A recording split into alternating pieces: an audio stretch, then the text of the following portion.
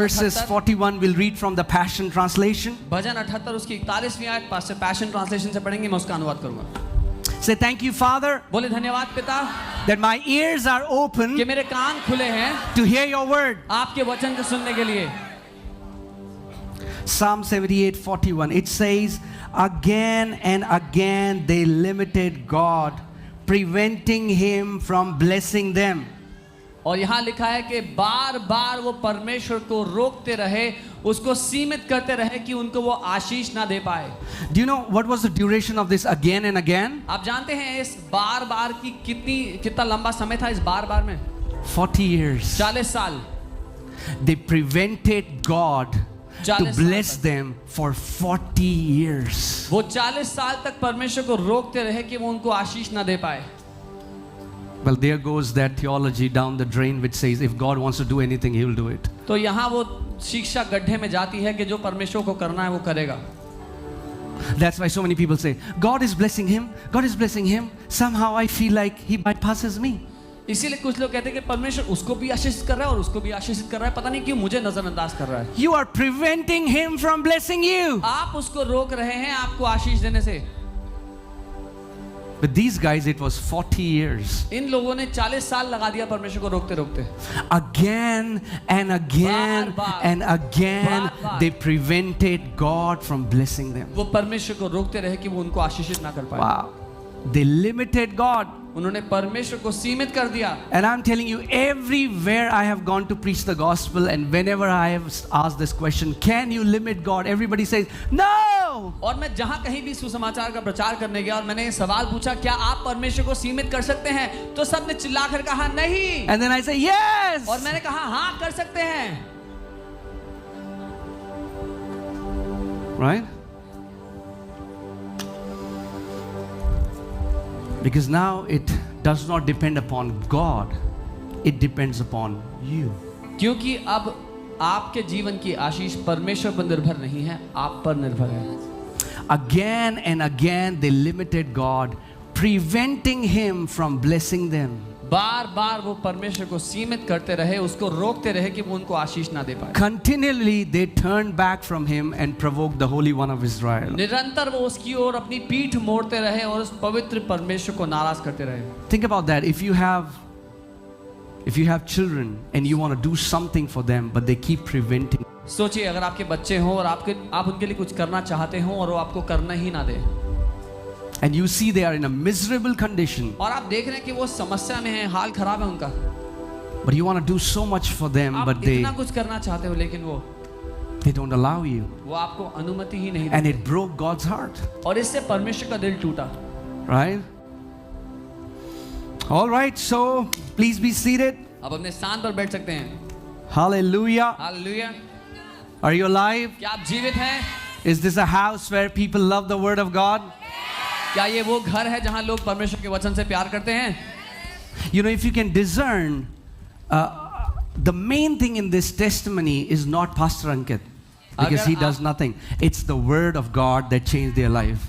अगर आप सही से परखना सीख गए तो इस गवाही में मुख्य जो विषय है वो पास्टर अंकित नहीं है, परमेश्वर का वचन है जो सब कुछ करता है। It's the word of God. परमेश्वर का वचन है जो करता है। Amen.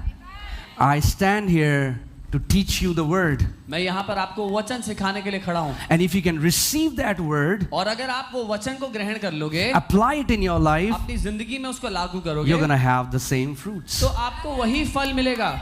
Amen. Amen. All right, so remember the 2 rules? 2 नियम याद हैं? Yeah. So I want to teach today, grace provides, faith speaks. मैं आपको आज सिखाना चाहता हूँ, अनुग्रह आपके लिए प्रबंध करता है, विश्वास बोलता है। Grace provides, faith speaks. अनुग्रह प्रबंध करता है, विश्वास बोलता है। You know, the body of Christ is basically divided into 2 groups. मसीह की देह 2 गुटों में बटी हुई है। One who completely stress so much on the grace of God. पहला जो बहुत ज़्यादा प्रभावित है परमेश्वर के अनुग्रह से, उसके बारे में बात करती है। You know, they emphasize God's grace. वो परमेश्वर के अनुग्रह का महत्व बताते हैं। And then the second part, those who emphasize faith. और दूसरा गुट जो विश्वास पर महत्व बताते हैं। So one group is preaching that everything is up to God. सो एक ग्रुप ये कह रहा है कि सब कुछ परमेश्वर पर निर्भर है, He's almighty, वो सर्वशक्तिमान the great है, I am. वो महान मैं हूँ बोलता है अपने आप को, जो Whatever he wanna do, he will do it. जो वो करना चाहेगा वही वो करेगा. Right? So ठीक है. people in this camp सो इस कैंप में जो लोग हैं, believe everything that happens in their life, it is God doing it. उनकी जिंदगी में जो कुछ घटना घटती है वो ये मानते हैं कि परमेश्वर के कारण घटी है. When they are sick, they believe God allowed that sickness to teach me something. जब वो बीमार होते हैं तो कहते हैं परमेश्वर ने इस बीमारी की अनुमति उनकी जिंदगी में दी ताकि वो उनको कुछ सिखा सके. Because they see God as a puppet master. You know, He's controlling every move in their life. क्योंकि वो देखते हैं परमेश्वर को कठपुतली चलाने वाले की तरह कि वो सब बातों को अपने वश में किया हुआ है. That kind of believing will kill you. इस तरह का विश्वास करना आपको जान से मार देगा. And many have died और बहुत से मर भी गए हैं because they received a sickness as a gift from God. क्योंकि उन्होंने एक बीमारी को परमेश्वर की ओर से तोहफा समझ के गले लगा लिया. I met somebody, he had a blood disorder, मैं किसी से मिला, उसको लहू की बीमारी थी, and I said, और मैंने कहा let me pray for you. मैं तुम्हारे लिए प्रार्थना. He said, no. उन्होंने कहा नहीं नहीं नहीं नहीं नहीं, God gave me this परमेश्वर disorder. ने मुझे दिया ये बीमारी. It's like, wow. I don't know if he's alive today or not. मुझे नहीं पता आज वो जिंदा है या नहीं. Such believing will kill you.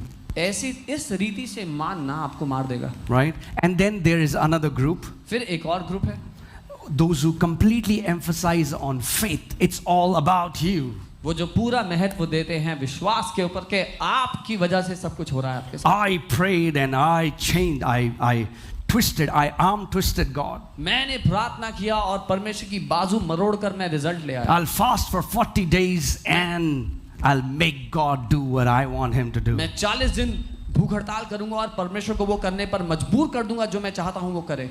Right? And both of these camps are deadly if you will not see grace along with faith. और ये दोनों खेमे, दोनों कैंप जानलेवा हैं अगर आप अनुग्रह और विश्वास दोनों को साथ में देखना ना सीखे. Amen? Amen. Grace alone does not save you. अनुग्रह केवल आपको नहीं बचाता. Some people say, oh, it's just grace alone. परमेश्वर के लोग कहते हैं केवल परमेश्वर के अनुग्रह से हम बचे हैं. They hear, now there are famous teachings on YouTube. They'll hear a grace teaching and then they're like, oh, it's God's grace, done. और YouTube पे कई बार लोग परमेश्वर के अनुग्रह की शिक्षा सुनते हैं और कहते हैं बस हो गया परमेश्वर. And they'll go into one extreme. और वो एक छोर की ओर भाग जाते They'll हैं. say, oh, it's just God, it's just grace. अरे सिर्फ अनुग्रह ही काफी है. No, नहीं. grace alone does not save you. सिर्फ अनुग्रह के कारण आप नहीं बचते. Come on, turn to your neighbor and say, neighbor, पड़ोसी को कहो, पड़ोसी, प्यारे पड़ोसी, Beloved grace neighbor. alone does not save you. अकेला अनुग्रह आपको नहीं बचाता. Let's see a scripture, Ephesians 2:8. इफिसियों 2:8 देखते हैं. Okay? All right, Ephesians 2:8. For by grace you have been saved through faith. क्योंकि विश्वास के द्वारा अनुग्रह ही से तुम्हारा उद्धार हुआ है. Say by grace, बोले अनुग्रह से, through faith. विश्वास के द्वारा. By grace, अनुग्रह से, through faith. विश्वास के द्वारा. By grace means grace is the source. अनुग्रह से मतलब अनुग्रह जो है वो सोता है.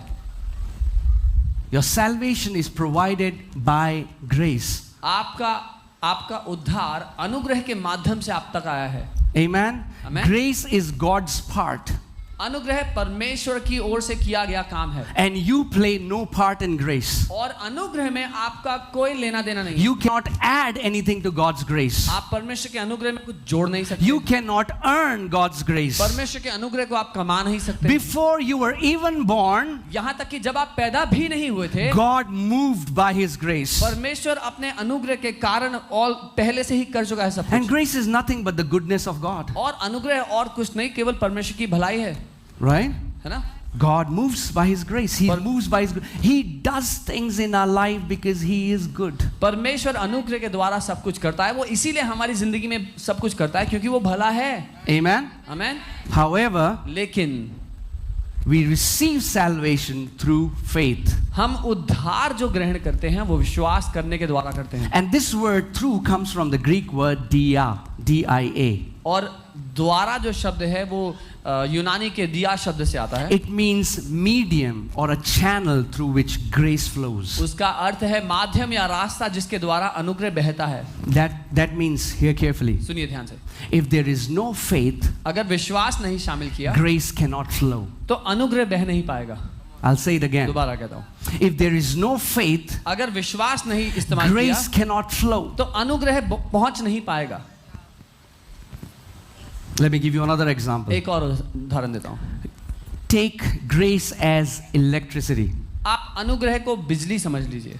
Right? There is this powerhouse where there are a million kilowatt of energy, this electricity. एक बहुत बड़ा बिजली घर है, पावर हाउस है, जिसमें जहाँ से कई मिलियन किलोवाट ऊर्जा आती है. Right? And if maybe you are in your house but it's so cold, and that electricity can warm you, can cook food for you, can do things for you. However, for that electricity to enter in your house, you need wires, cables. और आप अपने घर में हैं और आप बहुत ठंडा महसूस कर रहे हैं या भूखा महसूस कर रहे हैं, तो वो बिजली आपके लिए गर्मी प्रदान कर सकती है या फिर आपके लिए खाना बनाने में मदद कर सकती है. लेकिन वो बिजली आपके घर तक पहुंचे उसके लिए आपको तार चाहिए बिजली का. Faith is that medium, it's that wire through which grace flows. विश्वास वो बिजली का तार है जिसके द्वारा वो बिजली आप तक पहुंच सकती है. Amen? Amen. So grace alone won't save you. अनुग्रह अकेले से आप नहीं बच सकते. Are you hearing what I'm saying? आप सुन रहे हैं जो मैं कह रहा हूं. Because let's go back to Titus 2:11 and then we'll come back to this scripture. हम तीतुस 2:11 पर जाते हैं, फिर यहाँ वापस आएंगे. Right? If we go there, then you'll understand. अगर गए तो समझेंगे आप मैं क्या कह रहा हूँ. For the grace of God that brings salvation has appeared to how many men? क्योंकि परमेश्वर का अनुग्रह प्रकट हुआ है जो सब मनुष्यों के उद्धार का कारण है. Amen? Amen. So grace of God has, not that it will, grace of God has appeared to how many men? All men. So परमेश्वर का अनुग्रह प्रकट होगा नहीं लिखा है, प्रकट हो चुका है सब मनुष्यों के लिए. Amen? Amen. But let me ask you a question. Are all saved? Are all saved? No. पर मैं आपसे सवाल करता हूं, क्या सब ने उद्धार पा लिया है पृथ्वी पर? नहीं. That means the same grace that is available to you, the same grace was available to Adolf Hitler, the same grace was available to Osama bin Laden, the same grace was available to the most wretched and in a way murderer on this earth. So इसका अर्थ ये है जो अनुग्रह आपने प्राप्त किया है वही अनुग्रह Adolf Hitler, Osama bin Laden या दुनिया के सबसे घिनौने अपराधी के लिए भी है. Right? God's grace is extended towards everyone. परमेश्वर का अनुग्रह हर एक के लिए पहुंच गया है.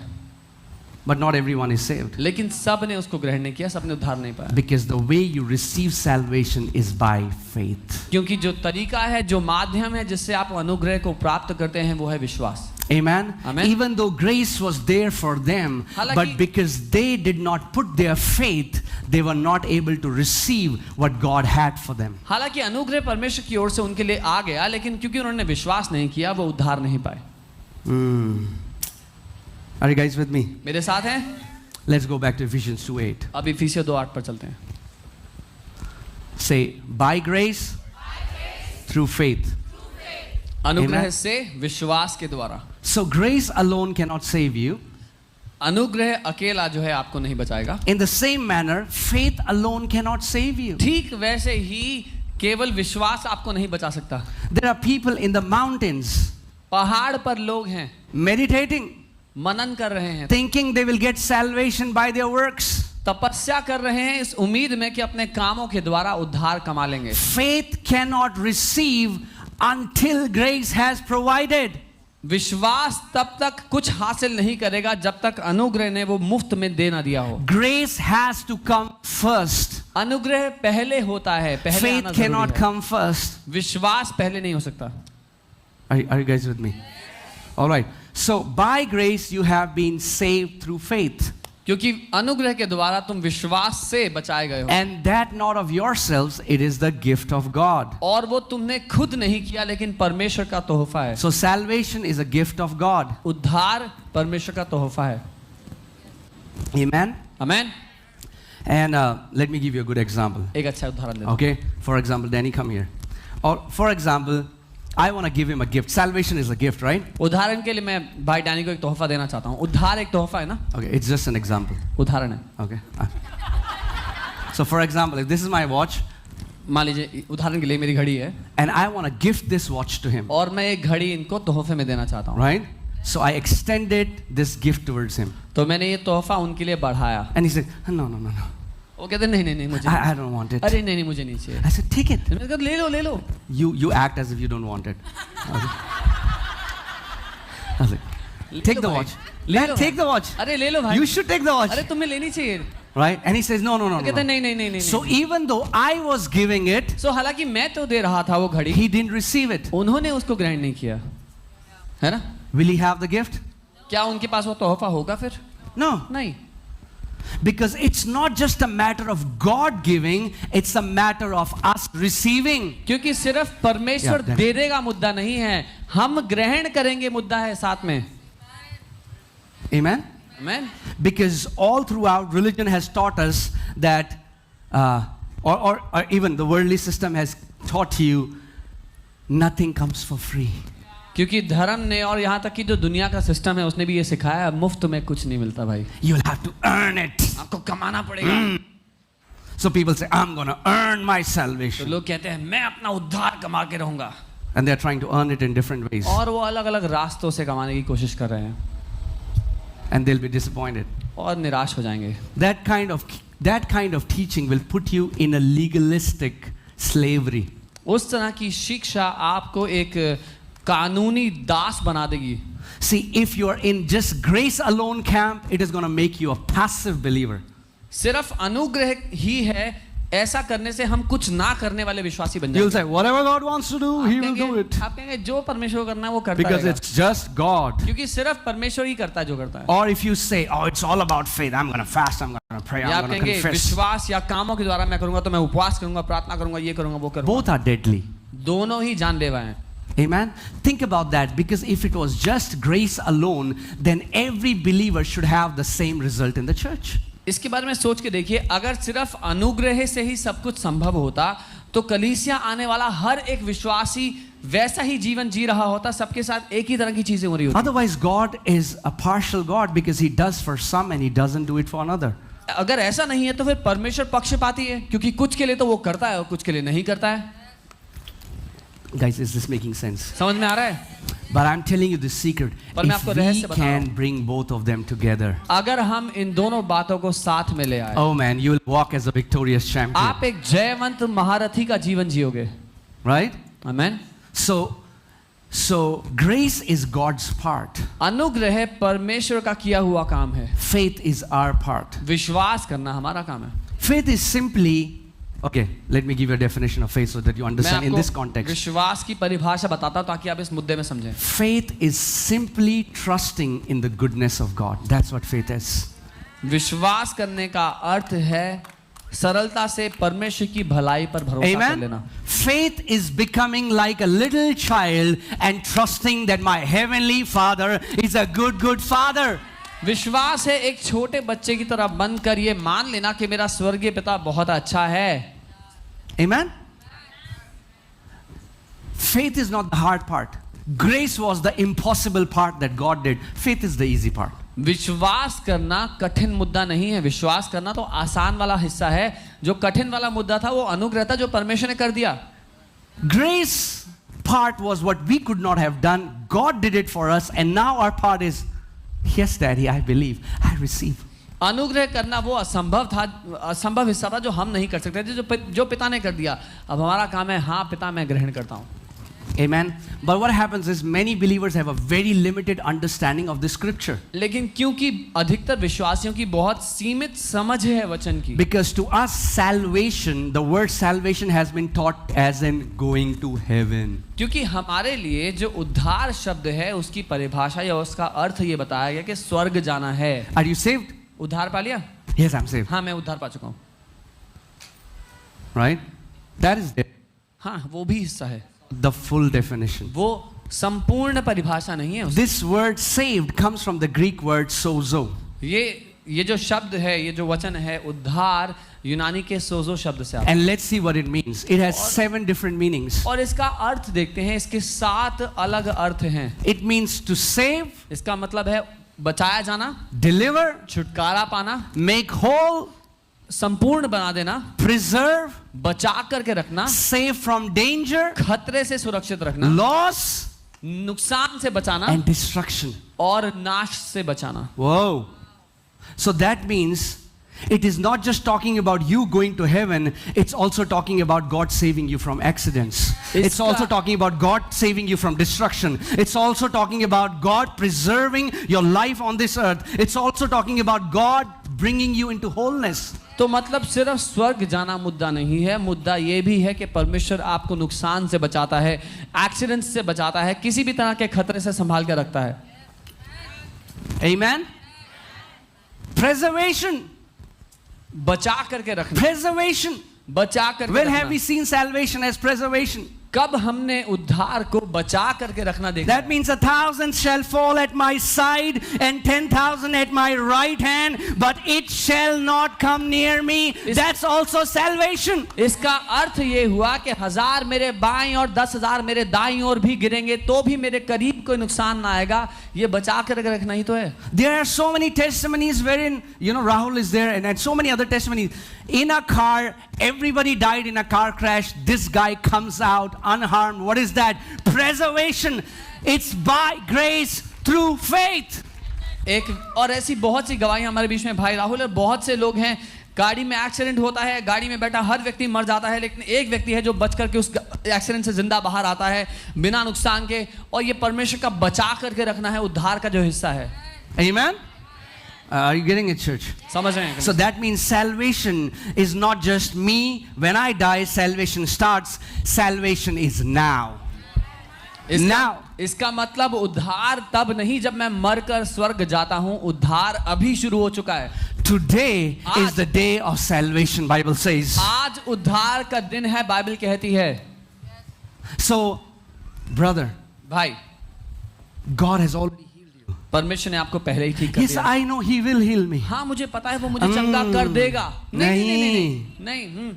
I know one day God will heal me. मैं जानता हूँ एक दिन परमेश्वर मुझे चंगा करेगा। One meaning of salvation is what? It's also healing. When Jesus spoke to that woman, your faith has healed you. The Bible translators changed that word because that word was sozo. और उद्धार का एक अर्थ है चंगा करना या संपूर्ण कर देना। जब यीशु ने उस स्त्री को चंगा किया तो बोला तेरे विश्वास ने तुझे चंगा किया है।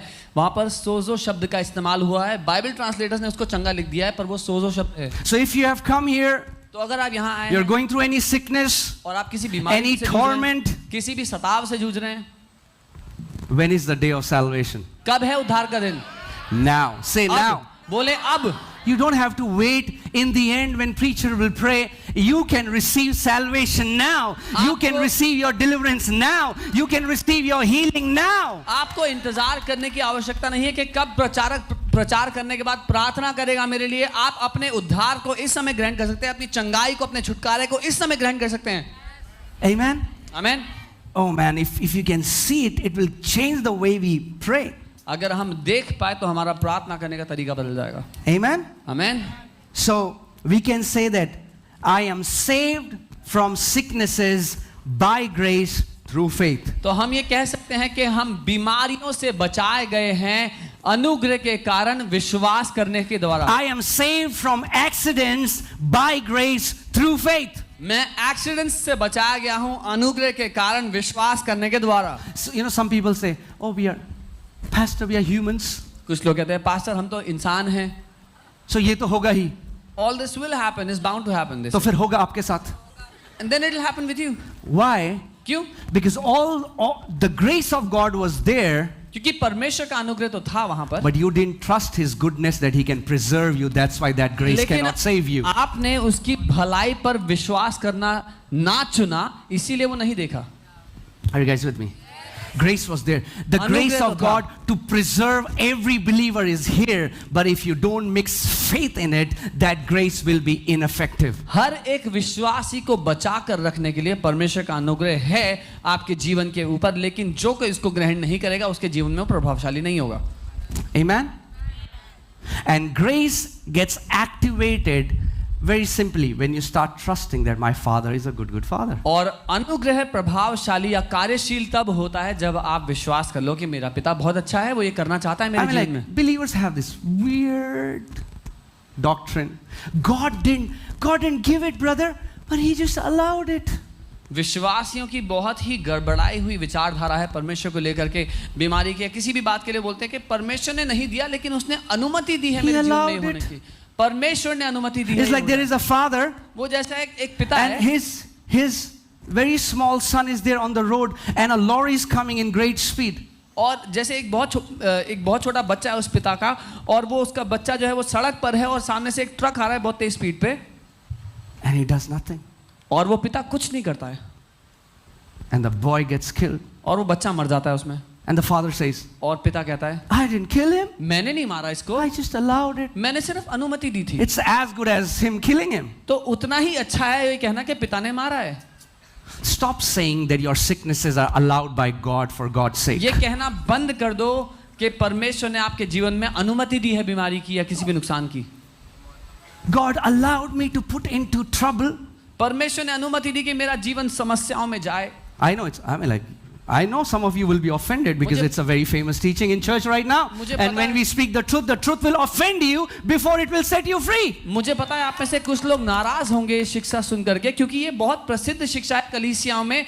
लेकिन जब आप नाराज होंगे तब ही सत्य आपको आजाद कर पाएगा. Amen. The Bible says, do not be deceived. Come on, turn to your neighbor. Say, neighbor G, do not be deceived. Bible कहती है धोखा मत खाओ. अपने पड़ोसी को कहो पड़ोसी जी धोखा मत खाओ. There are many deceived believers, not just deceived believers. There are many deceived pastors preaching a deceived message. बहुत सारे धोखा खाए हुए विश्वासी हैं. विश्वासी ही नहीं, बहुत सारे धोखा खाए हुए पास्टर हैं जो धोखा देने वाला संदेश प्रचार कर रहे हैं. Amen. And the people are like, why are we in bondage? Because you've been hearing a wrong message for years. और लोग कह रहे हैं कि हमारा जीवन बंधनों में क्यों है, क्योंकि आप कई सालों से बंधनों में डालने वाला संदेश सुन रहे हो. As truth sets you free, lie binds you. जैसे सत्य आपको आजाद करता है, झूठ आपको बंधी बनाता है. Amen. Do not be deceived. Every good and perfect gift comes down from the Father of lights. धोखा मत खाओ, क्योंकि हर एक उत्तम दान और वरदान ज्योतियों के पिता की ओर से ही आता है. Cancer is not good, so your heavenly Father cannot give you cancer. Cancer अच्छा नहीं है, इसलिए आपका स्वर्गीय पिता आपको वो नहीं दे सकता. Sickness is not good, diseases are not good, poverty is not good, depression is not good, anxiety is not good, so nothing evil comes from your heavenly Father. बीमारियां अच्छी नहीं है, रोग अच्छे नहीं है, तनाव अच्छे नहीं है, सताव अच्छे नहीं है, इसलिए उसमें से कुछ भी आपके स्वर्गीय पिता की ओर से नहीं आता, क्योंकि उसकी ओर से केवल अच्छी चीजें ही आती हैं. Amen. Look, just pay close attention. Look at the way devil has deceived us. और करीबी से परखिए कि कैसे शैतान ने हमें धोखा दिया है. When God is giving us a free gift, we don't receive it, but when Satan gives us sicknesses, we receive it as a gift from God. जब परमेश्वर एक मुफ्त का तोहफा हमें देना चाहता है अनुग्रह के द्वारा, हम उसको नहीं ग्रहण करते. लेकिन जब शैतान नुकसान के लिए कुछ देना चाहता है, रोग बीमारी, तो उसको लोग परमेश्वर की ओर से तोहफे की तरह पकड़ लेते हैं. Believers cannot believe in the goodness of God, but they can quickly believe a message that God gives you sicknesses, diseases and puts you in problems. विश्वासियों को कठिनाई होती है परमेश्वर की अच्छाई पर विश्वास करने में, लेकिन वो जल्दी से ये संदेश ग्रहण करते हैं कि परमेश्वर बीमारी देता है, वो नुकसान करता है. So they prevent their heavenly Father to bless them. और ऐसा करके वो अपने स्वर्गीय पिता को सीमित कर देते हैं कि वो उनको आशीष ना दे पाए. Are you getting it? Because we are not just saved by grace. If it was just grace alone, I would have loved it. क्योंकि हम अनुग्रह के द्वारा बचाए नहीं जाते केवल, क्योंकि अगर केवल अनुग्रह ही से सब कुछ होता तो मुझे बहुत अच्छा लगता. We wouldn't be needing these church services. हमें कलीसियाओं की आवश्यकता नहीं पड़ती. Are you getting it? Entire world would have been saved right now. पूरी दुनिया इस समय बचाई जा चुकी होती. But God cannot do on this earth without partnering with a man. That's the problem. लेकिन परमेश्वर पृथ्वी पर कुछ भी नहीं कर सकता मनुष्य के साथ सहभागी हुए बिना. Amen. Salvation is not a prison. उद्धार एक जेद नहीं है, It's a gift. एक तोहफा है। Has anyone here rejected gifts? Come on. क्या Show यहाँ me your पर hand. कोई है जिसने अपनी जिंदगी में किसी तोहफे के No? लिए मना किया हो कि मुझे नहीं Come चाहिए? on, man. When people, when your nana, nani, dada, dadi came and they tried to put जब you नाना नानी You'll say, दादा दादी आके टॉफी के लिए, आइसक्रीम के लिए पैसे दे नहीं रहे नहीं थे, नहीं सबको नहीं, मम्मी पापा ने आंखें इसकी क्या दिखाई। जरूरत है? नहीं And then- नहीं, And by ये नहीं चाहिए, पीछे से दे दो, इसकी क्या जरूरत है? Right? है ना? And many times और कई बार maybe they'll put it back in the pocket and they'll say, oh man, कई बार शायद उन्होंने जेब में वापस रख ली होंगी, आपने बहुत ज्यादा मना कर दिया एक्टिंग करते हुए, तो उन्होंने it कहा, was a gift, ये तो तोहफा था। but you became super religious. जब आप बहुत ज्यादा घणे आत्मिक बन गए, Amen? You're like, हम स्वाभिमानी हैं, स्वाभिमानी लोग अनुग्रह नहीं पाते हैं. people with very high self-esteem don't really receive the grace of God. Because I'm a self-made man, brother. क्योंकि मैंने खुद के जीवन को बनाया है। You will go to hell being self-made.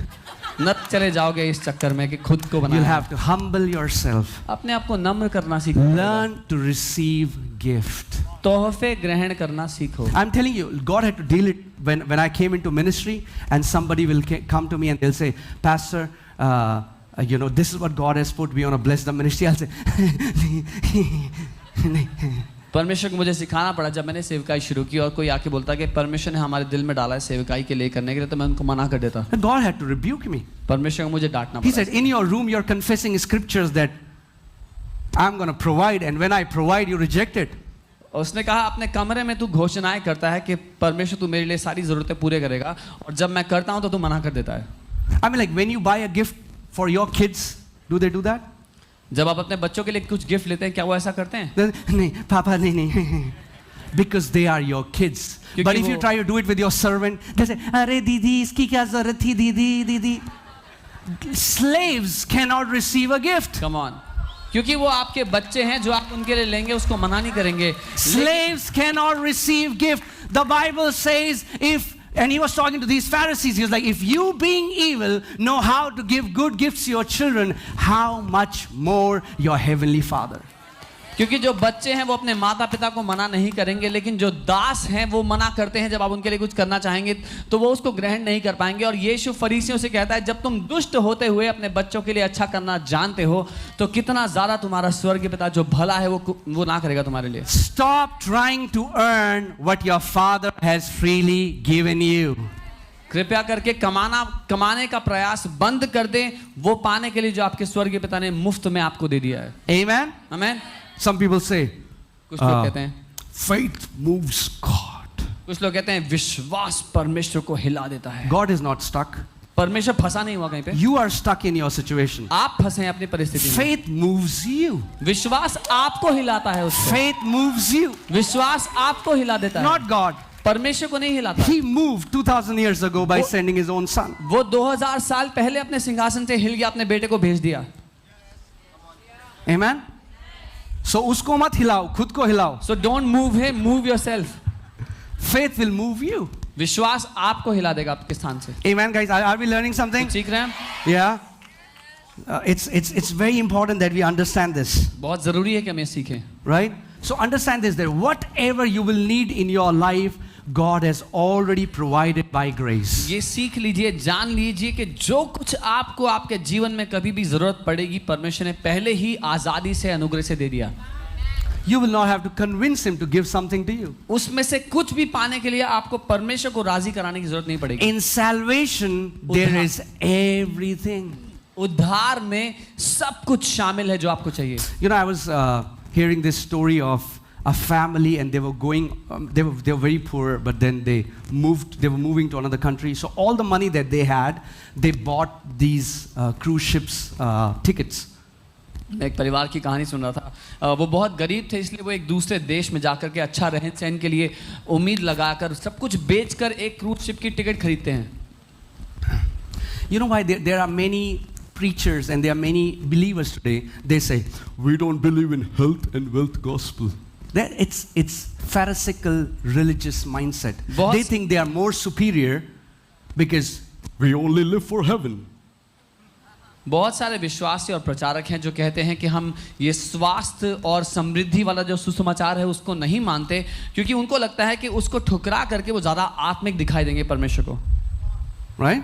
There are people think being poor is being spiritual. It's a lie from pit of hell. क्योंकि कई लोग हैं जिनको ये गलती लगती है, ये गलत फहमी है कि गरीब होना आत्मिक होना है. ये झूठ है, नरक से Poverty निकला हुआ. is a curse in the Bible. Bible साफ बताती है कि गरीबी एक श्राप है. Sickness is a curse in the Bible. बीमारी एक श्राप है बाइबल के मुताबिक. And the Bible says in Galatians 3:13 that Jesus became curse for us. और गलातियों 3:13 बाइबल कह रही है कि यीशु हमारे लिए श्राप बन गया. Amen?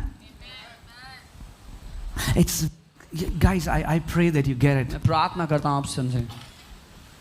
Some people think it's being very religious. कुछ लोगों को ये गलत फहमी है कि ऐसा करना तो बहुत आत्मिक है. So this family, तो ये परिवार, you know, they only had the money to buy tickets. सिर्फ उनके पास उतना ही पैसा था कि वो टिकट खरीदें. And it was a 3 days journey. और 3 दिन लंबी यात्रा थी. I'm not very sure, but I think they were going to South Africa. शायद वो साउथ अफ्रीका जा रहे थे. And every time his kids would say, "Daddy, we are hungry." और जब कभी उस व्यक्ति के बच्चे कहते हैं कि पापा भूख लग रही है, And they will stand on the deck and seeing these people eating delicious food. और वो डेक पर खड़े होकर अंदर जो भोजन चल रहा था बड़े हॉल में वो देखते, And they would desire that, but they had no money. और चाहते कि वो जाकर खाएं, लेकिन उनके पास पैसे नहीं थे खाना खाने के लिए. One day, एक दिन 2 बीता, day, 2 दिन third बीत गए. day. तीसरे दिन the captain of the ship was passing by. जो शिप का कप्तान था वो वहां से निकल रहा था. And he spoke to the dad. He said, "Hey, why don't I ever see your family, eating food with everyone?" और उस कप्तान ने उस पिता से कहा, उस परिवार के, कि क्यों मैंने आपके परिवार को अभी तक अंदर नहीं देखा अभी तक. He said, "Captain, we don't have money to buy food." उसने कहा, कप्तान साहब हमारे पास पैसे नहीं है खाना खरीदने के He लिए. said, "Oh, you foolish man, in your ticket every meal was included." उसने कहा, बेवकूफ आदमी, तुम्हारी टिकट में सारा खाना का पैसा भी लगा हुआ था. When God gave you salvation, we saw the 7 meaning. He gave you healing, He gave you wholeness, He gave you prosperity, He gave you peace, He gave you joy. Everything that you do is included in the package. जब परमेश्वर ने आपको उद्धार दिया तो उस उद्धार में हमने देखा वो सारी बातें, वो 7 बातें हैं. आपको बचा लेना, आपको सुरक्षित रखना, आपको छुटकारा देना, आपको संपूर्ण बनाना, शांति देना, समृद्धि देना, जो कुछ उससे संबंध रखता है वो सब कुछ परमेश्वर ने आपको उसके साथ दिया. Amen?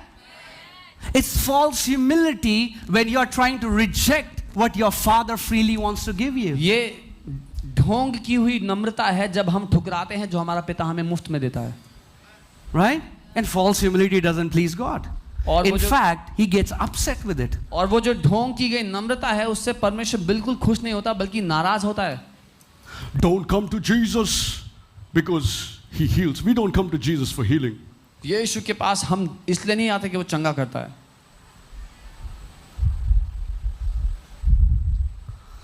And then they go to doctors. और फिर वो डॉक्टर के पास जाते हैं. Are you seeing the hypocrisy? आप ढोंग देख रहे हैं. भाइयों और बहनों, hypocrisy की भी सीमा होती है.